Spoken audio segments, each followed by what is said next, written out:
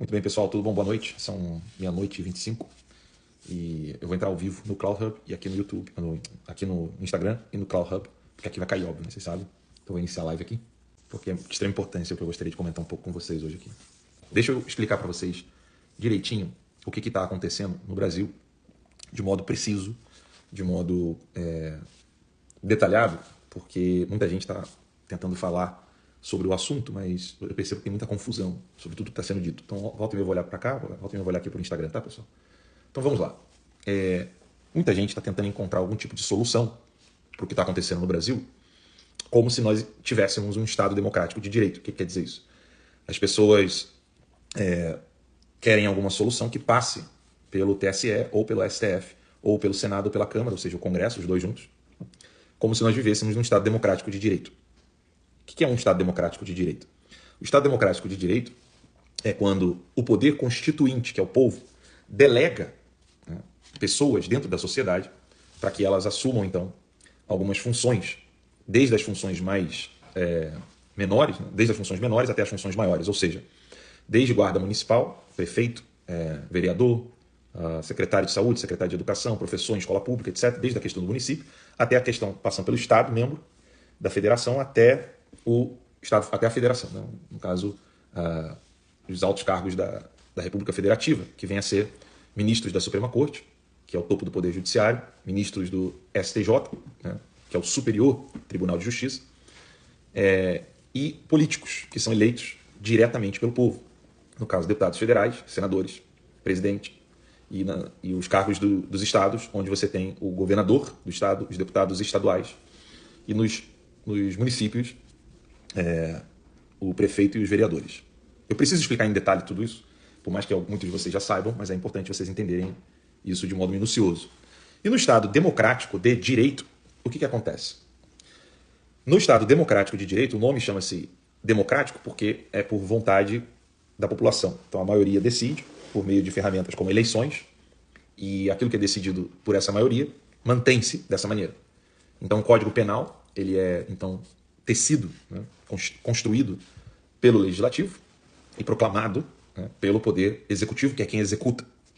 E aí o Poder Judiciário fiscaliza se todas as mudanças, desde a criação até a confecção final, seja do Código Civil, Código Penal, enfim, todos esses detalhes, todos esses meandros, o Poder Judiciário vai fiscalizar se a coisa ela está dentro daquilo que vem a ser a Constituição. E o que vem a ser a Constituição? A Constituição é o poder constituinte, que é o poder do povo, delegando a algumas pessoas, como aconteceu em 88, declarando que aquelas pessoas elas têm, então, o poder de serem os poderes constituídos, ou seja, de exercer um poder constituído, um poder que é dado pelo povo para poder, então, dizer que aquela ali é a Carta Magna. Ou seja, essa aqui, a Constituição Federal, ela é a Carta Magna, e nada pode estar acima dela. E aí, desde então, o Brasil passa por um processo de comunização. O Brasil passa por um processo claro e evidente em direção ao comunismo. E a própria Constituição de 88 ela já é uma etapa disso. A Constituição de 88 ela foi tecida, ou seja, ela foi construída por membros do SEBRAP. E a partir de agora eu quero que vocês duvidem de tudo o que eu vou falar e vocês comecem a estudar tudo que eu estou falando e consultar exatamente tudo que eu estou dizendo. Então o SEBRAP, com C, né? Se escreve, é uma sigla como se fala mesmo, né? Então SEBRAP. O SEBRAP ele foi criado por FHC, junto com uma elite intelectual que depois fundou o PT, e com o dinheiro da Ford Foundation. Então você vai encontrar a Ford Foundation aqui dos Estados Unidos se alegrando de ter financiado o SEBRAP. E você vai encontrar o SEBRAP se alegrando de ter recebido dinheiro da Ford Foundation, inclusive em matérias da Folha de São Paulo. E era um núcleo de inteligência comunista de vertentes distintas. Algumas de vertentes fabianas, ou seja, de vertentes socialistas inglesas, outras de vertentes socialistas soviéticas, outras de vertentes socialista mais voltada para o que se chama gramscismo. Antônio Gramsci foi um filósofo italiano que entendeu que a tomada do poder ela se dá literalmente de baixo para cima e não de cima para baixo. Ou seja, você não impõe as coisas por meio de decretos e ordens, etc., mas você muda a mentalidade da sociedade na base e vai empurrando a mudança revolucionária até o topo. E você faz isso por meio de uma manipulação psicossocial. O que vem a ser a manipulação psicossocial? É você conseguir de alguma maneira dominar o entretenimento, a arte, a música, as universidades, as escolas, e ali você vai preparando o terreno para tomar decisões futuras, né? E essa técnica foi utilizada no Brasil. E o Brasil, então, passa por esse momento de transformação para um governo completamente socialista. Quando o Lula assume, então estou dando um salto aqui de 88 até a eleição do Lula, onde ele assumiu lá em 2003. Né? Ele venceu a eleição em 2002 e tomou posse em 2003. Quando o Lula assume o poder, as diferentes vertentes de socialismo no Brasil queriam, cada um a seu modo, tomar uma decisão de virada de chave. Os que são fabianos, né, do qual se inclui FHC, Alckmin e companhia, eles queriam, alguém colocou o link do Sebrap aqui, ó, Bertorelli, né? sebrap.org.br. Obrigado, Bertorelli. Quando essas vertentes distintas, né, viram o Lula como presidente, o Lula, então, estava com um peso sobre os ombros, que era o seguinte: você tem a ala X, Y, Z, e cada uma quer implementar o socialismo de vez, cada uma a seu modo. A ala do FHC, Alckmin, Aécio, né, o Aécio Neves estava em 1983, 84, representando o Brasil na Juventude Socialista em Moscou. Tá? Duvidem de mim, coloquem no Google, coloca Aécio, Juventude Socialista Moscou, vocês vão ver. Então, a ala do socialismo fabiano, essa ala do nós acreditamos no socialismo democrático, esse é o termo que eles usam, elas queriam cozinhar a coisa bem devagar, né? Cozinhar o brasileiro bem devagar. E eles perderam as eleições, então o PT vai ficar um tempo no poder, eles não vão conseguir fazer o que eles querem, não vai dar certo, depois a gente volta e tá tudo certo. Não voltou mais. Entendeu? Essa ala não voltou mais. Então o Lula é reeleito, consegue eleger a Dilma é reeleita, até que todo mundo viu, falou assim, vai dar muita merda isso aqui, a gente precisa dar um basta. E quem é que queria dar um basta? A direita? Não, porque não tinha oposição. Quem queria dar um basta no PT era o PSDB. Então o PSDB queria dar um basta. Quando o povo fez, em 2014, exatamente o que está fazendo agora, os políticos vieram e falaram assim, opa, vamos então ajudá-los, vamos fazer o impeachment da Dilma. E o professor Olavo de Carvalho já tinha alertado. Gente, vocês não sabem com o que vocês estão lidando. O Lula criou o Foro de São Paulo na década de 80, junto com Fidel Castro, exatamente para fazer o que ele está fazendo nesse momento. Ou seja, roubar o país inteiramente para a construção do socialismo. Não é para colocar no próprio bolso apenas, né? E óbvio, para fazer revolução você precisa de muito dinheiro, muita grana. Então, não basta você acusar que o comunista ele é ladrão. Você precisa, então, para além de dizer que o comunista é ladrão, você tem que dizer que ele está roubando. Peraí, só um minutinho, pessoal, que essa ligação é urgente. Eu vou continuar aqui, eu vou mandar mensagem aqui. Quando aconteceu em 2014 exatamente o que está acontecendo nesse exato momento no Brasil, a elite, Temer, FHC, Aécio, enfim, acabou contornando a ira popular do que estava acontecendo. Eles contornaram a ira popular e aí o povo foi para casa, aceitou a proposta do impeachment, e com essa proposta do impeachment as pessoas ficaram então, então beleza, tá certo então que não vai acontecer nada, a gente vai conseguir reverter essa situação, o PT não volta. Quando isso ocorreu, o professor Olavo alertou, dizendo o seguinte, vocês vão se fuder pra caralho, porque na verdade o que vocês têm que fazer é acabar com os partidos que estão contra a lei dos partidos, né? E a lei dos partidos proibiu o PT de existir. Não só o PT, como todos os partidos que estão ligados ao Foro de São Paulo. Vocês precisam criminalizar o Foro de São Paulo, criminalizar os partidos políticos que estão no Foro de São Paulo, e tudo dentro da lei. Tá tudo dentro da lei dos partidos, etc. Ninguém quis ouvir. O pessoal foi acreditando, até que a ira popular continuou firme e forte. O pessoal ficou acampado, eu inclusive. Eu acampei nas Palmeiras Imperiais do Congresso Nacional nessa época. Fiquei acampado lá, com a Bia Kicis e tal. E nesse acampamento, a gente conseguiu então lograr, pelo menos, o impeachment da Dilma lá. Quando isso aconteceu, todo mundo queria então pegar a cadeira vazia. Qual cadeira vazia que estava? A da presidência. Qual era o que estava em jogo ali? A falta de representatividade popular. Então as pessoas não tinham mais representatividade popular, porque o Aécio Bundão tem o cu muito sujo, então ele não podia tentar limpar a bunda dos outros. E acabou que ele não conseguiu sequer ter apoio popular para conseguir fazer alguma coisa. E começa a surgir o nome do deputado federal que estava falando as coisas tais como elas são. E botando ali o pingo nos is, que era o deputado Jair Messias Bolsonaro. Então isso, eu fiz uma live em 2015, março de 2015, 31 de março de 2015. O nome dessa live chama-se Contra o Comunismo Ontem e Hoje. Então eu era apresentador do programa Terça Livre e entrevistei Bené Barbosa, Paulo Eduardo Martins, Jair Messias Bolsonaro e os dois filhos deputados, que um era deputado federal, que era o Eduardo Bolsonaro, e o deputado estadual, Flávio Bolsonaro, hoje senador. Eu fiz então aquela live, e nessa live nós falamos que o presidente, então, a gente falou, tomara que você seja presidente, possa chegar longe e a gente continuar na nossa luta contra o comunismo. Isso era 31 de março de 2015. Tá? O Terça Livre nasceu em novembro de 2014. 31 de março de 2015. Então, o deputado federal Jair Messias Bolsonaro estava naquela live e a gente já falava da importância de tê-lo como presidente. Pois bem, Passa então 2015, 16, 17, as pessoas começam a entender que não era uma piada que o presidente Bolsonaro sim poderia ser presidente. Ou seja, que o deputado poderia ser presidente. Então, o então deputado federal Jair Messias Bolsonaro começa a ganhar força, as pessoas começam a entender que não era brincadeira, que ele poderia sim ser presidente. Ele ganha fortes aliados, como o deputado Onyx Lorenzoni, do Rio Grande do Sul, dentro do DEM, e o senador Magno Malta, assim também como o deputado Marco Feliciano. E ali ele foi ganhando cada vez mais força, visitando o Brasil, com a ajuda dessas pessoas, por exemplo, o avião do Magno Malta, etc. E o Bolsonaro ganhando o apoio da base evangélica, sendo execrado pela CNBB, que é um braço hoje, literalmente, do Partido Comunista no Brasil, que é o PT. Por isso que a CNBB está muito quieta com essa instrumentalização da igreja para virar uma igreja estatal, que já está acontecendo, eu vou falar disso também nessa live, eu vou voltar nesse assunto, mas enfim, Bolsonaro não tinha ali então o apoio dos bispos, mas tinha apoio de um bispo ou outro e de um padre ou outro, mas não tinha institucionalmente falando. Enquanto isso ele teve apoio institucional dos evangélicos e graças a Deus, em 2018 ele foi eleito. Quando ele foi eleito, o próprio professor Olavo de Carvalho falou, olha, eu não quero ser estraga prazer, mas vocês estão colocando a cereja sem o bolo, achando que o bolo vem junto, né? Porque não se tinha, e ainda não se tem, essa decisão e esse desejo de querer fazer exatamente como os comunistas fizeram, porque isso na verdade é uma questão de ciência política, ou seja, você dominar as igrejas, não permitir que as igrejas tenham comunistas, você não permitir que os comunistas estejam nas universidades, ou se estiverem nas universidades que sejam execrados e tratados como tal, porque eles são apoiadores de genocídio, são fascínoras, etc. Não permitir o entretenimento comunista, etc. E por aí vai. Bem, o presidente Bolsonaro foi eleito e os ministros do presidente optaram por fazer um governo técnico, depois de muita luta com relação a temas caríssimos ao conservadorismo. E esse governo técnico fez um bem enorme para o Brasil em questão de economia, em questão de finanças, né? As contas brasileiras nunca estiveram tão gordas. Só que o professor Olavo de Carvalho, também avisou que isso seria uma coisa linda e maravilhosa para os comunistas, porque eles iriam encontrar um país absolutamente rico e com dinheiro em caixa, né? Dinheiro de estatais, né? etc, etc. Pois bem, estava vindo então a reeleição, o professor Olavo de Carvalho também avisou da questão da fraude. Eu obtive informações da fraude, falei da fraude, o pessoal não gostou muito, disse que eu estava falando contra o presidente, blá blá blá, falava aquele monte de merda, sem saber que eu, além de apoiar, tenho meus contatos, eu não preciso dizer quem são, né? Enfim.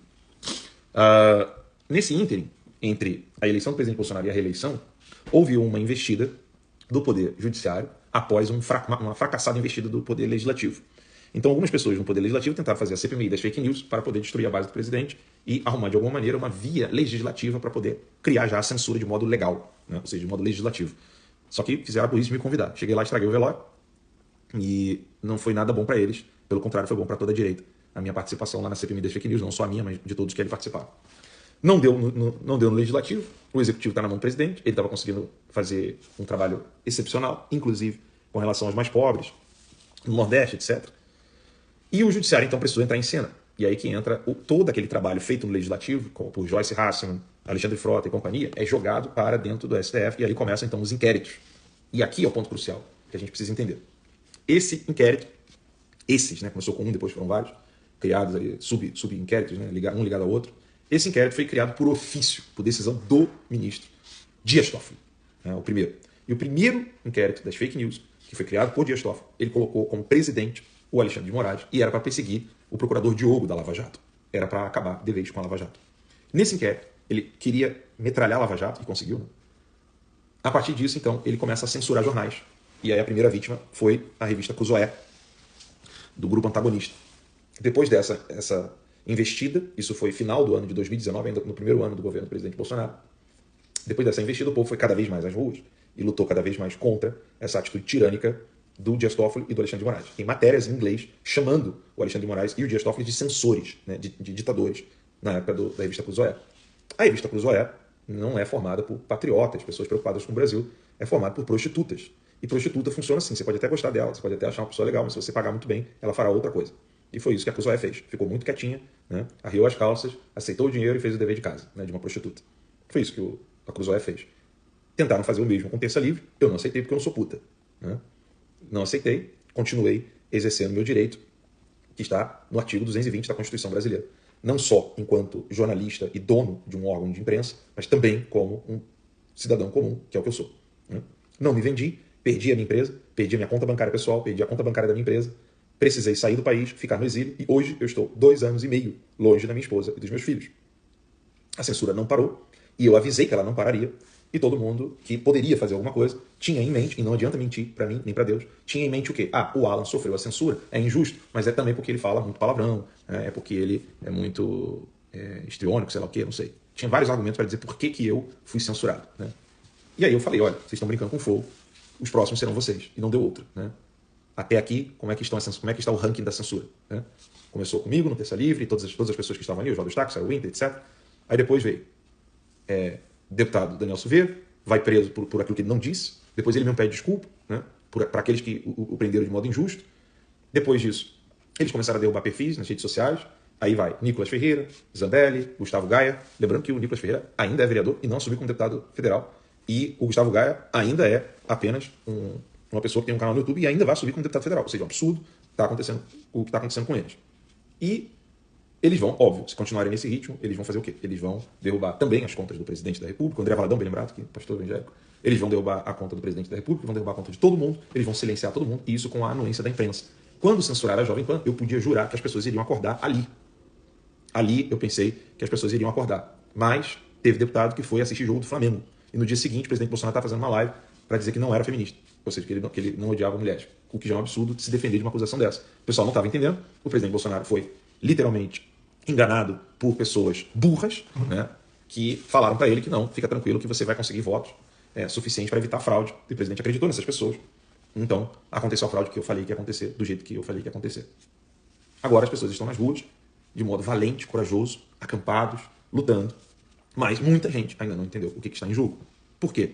O que está em jogo exige um remédio que vai muito além do que essa inteligência, né, essa inteligência brasileira pode alcançar. Por que eu ouso dizer isso? Porque a única coisa que pode solucionar o problema atual é declarar não apenas a eleição como ilegítima. Preste muita atenção no que eu vou dizer agora, façam cortes disso. A única solução que existe agora é declarar o Estado brasileiro como um Estado ilegítimo. Quem está declarando isso? Não é o presidente da República, não é o presidente do Congresso Nacional e nem é o presidente ou algum membro da Suprema Corte. É o povo que precisa declarar esse Estado ilegítimo. Simples assim. Declarar o Estado ilegítimo, não reconhecer mais nenhuma autoridade ou poder que venha desse Estado.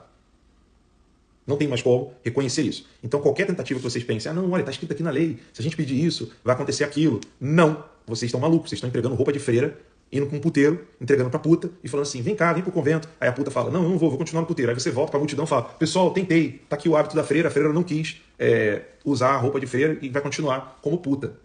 Que pena, né? É isso que vai acontecer se qualquer iniciativa for feita nesse sentido. É o Estado brasileiro que se tornou por completo ilegítimo. Ilegítimo. Não é apenas o Alexandre de Moraes, não é apenas o Congresso Nacional, mas o Estado brasileiro que é completamente ilegítimo. Só que o Estado brasileiro não nasceu ilegítimo. Em algum momento ele tinha legitimidade. E aí o conservador, o que ele faz? Ele fala assim, então peraí, se o Estado, você está me dizendo aqui agora que o Estado brasileiro ele se tornou um Estado ilegítimo, então, em algum momento ele foi legítimo. Então a gente precisa voltar para esse período em que ele foi legítimo. E qual é o momento que esse Estado brasileiro se tornou, que ainda era legítimo? Quando o presidente Bolsonaro estava no poder, respeitando a Constituição, como ele está fazendo até agora, enquanto que todos os outros poderes, o Legislativo e o Judiciário, não queriam tanto assim respeitar a Constituição. Haja vista o próprio Legislativo, que até hoje, o Legislativo não obedece o plebiscito sobre a posse de arma de fogo no Brasil, que venceu em 2002 ou 2003, eu acho que o plebiscito foi 2003. E até hoje eles não obedecem o poder constituinte, que é o poder do povo, que foi exercido, inclusive, por meio de plebiscito. Então é necessário declarar o Estado ilegítimo, desobediência civil e paralisação total. Paralisação total. Como declarar isso? Né? O Paulo está perguntando aqui. É bem simples, é não reconhecer mais. Não podemos mais reconhecer esse Estado como um Estado legítimo. Eu não estou aqui falando em nome do Bolsonaro, eu não estou aqui falando em nome do governo Bolsonaro, eu não estou aqui falando em nome de nenhum grupo político, eu não sou político, não sou membro de partido político, não participo de grupos de política eleitoral, eu sou apenas um jornalista tentando ser escritor, essa é a verdade. Né? Então, o que vocês precisam entender é que existe um governo legítimo, que está respeitando a Constituição, que é a Carta Magna do poder constituinte, que é o povo, e existe um governo ilegítimo, governo inglês, né? Em português é melhor usar Estado. Existe um governo legítimo, um Estado legítimo, e existe um Estado ilegítimo, que é, por exemplo, o fato do Alexandre de Moraes usurpando o poder de ministro da Suprema Corte. Ele, a Carmen Lúcia, o Lewandowski, o Gilmar Mendes e companhia. Aquela turma toda ali que exerce o poder dado pelo povo de modo ilegítimo. Ilegítimo. Pô, mas isso é anarquia. Não, não é. Você está acostumado com clichês chavões, e aí quando você ouve uma coisa dessa, você pensa que é anarquia. Porque como isso não é uma anarquia? Isso aconteceu na França, amiguinho. Quando os nazistas ocuparam a França, O de Gaulle teve que sair da França, teve que ir para a Inglaterra, pedir ajuda, declarar o governo atual como ilegítimo, conseguir criar uma aliança para depois voltar e tomar a França de volta. Agora, não estuda, não opina. Eu preciso dizer isso para vocês. Não estudou, não opina. O que precisa agora para declarar esse Estado ilegítimo é que autoridades do Estado legítimo precisam, ou dentro do Brasil, com segurança bélica, né, ou seja, tem que ter força bélica, porque senão vai ser morto e assassinado, ou então fora do Brasil, buscando alianças, assim como fez o de Gaulle na França. Porque se ele não tivesse feito isso, se ele não tivesse ido para a Inglaterra, pedido ajuda, não teria ajuda do Churchill, não conseguiriam, então, criar a aliança e não conseguiria derrubar os nazistas lá na França. Porque na França a situação ficou horrorosa. Teve a República de Vichy, por exemplo, né, que era... Agora não me lembro agora quem que estava ali na República de Vichy. Eu sei que a França chegou a ficar um tempo onde ela ficou dividida entre Stalin e Hitler. Eles não sabiam mais o que fazer. Enfim, eu não vou entrar em detalhes aqui sobre isso agora, mas o que eu quero dizer para vocês é isso. É necessário declarar esse Estado que está mandando os policiais bater, prender, fuder gente trabalhadora, que está querendo fazer o bem para o país. Esse Estado tem que ser declarado Estado ilegítimo, não mais reconhecê-lo como autoridade legítima do Estado democrático de direito, de acordo com a Constituição, porque não tem mais ninguém respeitando a Constituição, a não ser o presidente Bolsonaro. Essa é a verdade. E eu não estou falando isso como um apoiador. Eu sou apoiador do presidente, mas eu não estou falando isso porque eu apoio o presidente. Isso é uma obviedade que qualquer pessoa pode ver. Ninguém mais está querendo respeitar a Constituição, o Estado tem que ser declarado ilegítimo e tem que buscar força externa. Tem que buscar ajuda externa. Ou então fazer com que os generais virem homem e parem de usar calcinha. Desculpa, mas a verdade é essa.